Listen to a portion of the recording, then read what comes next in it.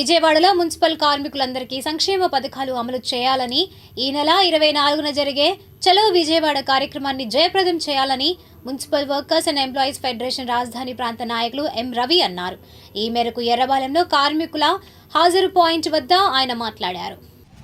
Municipal కార్మికులు ఎదుర్కొంటున్న సమస్యలు పరిష్కరించాలని కోరుతూ 24వ తేదీ ఫిబ్రవరి 24 చలో విజయవాడ కార్యక్రమాన్ని AP municipal workers and employees federation రాష్ట్ర కమిటీ పిలిపించింది. ఆ పిలుపులో భాగంగా రాజధాని ప్రాంతంలో ఉన్న మున్సిపల్ కార్మికులందరూ చలో విజయవాడ కార్యక్రమంలో పాల్గొని జయప్రదం చేయవలసిందిగా రాజధాని ఏరియా ప్రాంత municipal workers union federation committee తరపు నుంచి విజ్ఞప్తి చేస్తూ ఉన్నాం.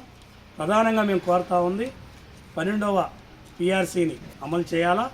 దానికోసం ఈ బడ్జెట్ సమావేశాల్లో ఈ ప్రభుత్వం నిర్ణయం చేయాలని చెప్పి మేము డిమాండ్ చేస్తాం. రెండోది, మున్సిపల్ కార్మికులు గత సంవత్సరం సమ్మె కాలానికి సంబంధించిన జీతం పెండింగ్ ఉంది. పోట్లాడంగా 137 జీవో ప్రభుత్వం రిలీజ్ చేసింది.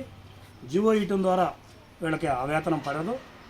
అధికారుల యంత్రాంగం కదిలి, మున్సిపల్ అధికార యంత్రాంగం కదిలి వెంటనే ఆ పెండింగ్ ఉన్న సమ్మె కాలపు వేతనాన్ని వేయాలి, వాళ్ళ జీతాల్లో కలపాలని చెప్పి డిమాండ్ చేస్తాం.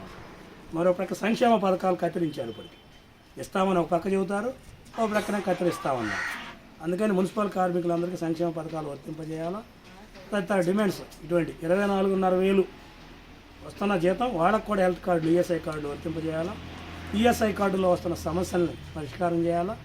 స్థానికంగా వాళ్ళు ఎదుర్కొంటున్న పనిముట్లో ఇబ్బందులు, బళ్ళు రిపేర్లు ఇవన్నీ కూడా అధికారులు నిర్లక్ష్యం వహిస్తూ ఉన్నారు. ట్రాక్టర్లు రిపేర్ వచ్చినా కూడా చేయించిన పరిస్థితి ఉంది ఇక్కడ. అందుకని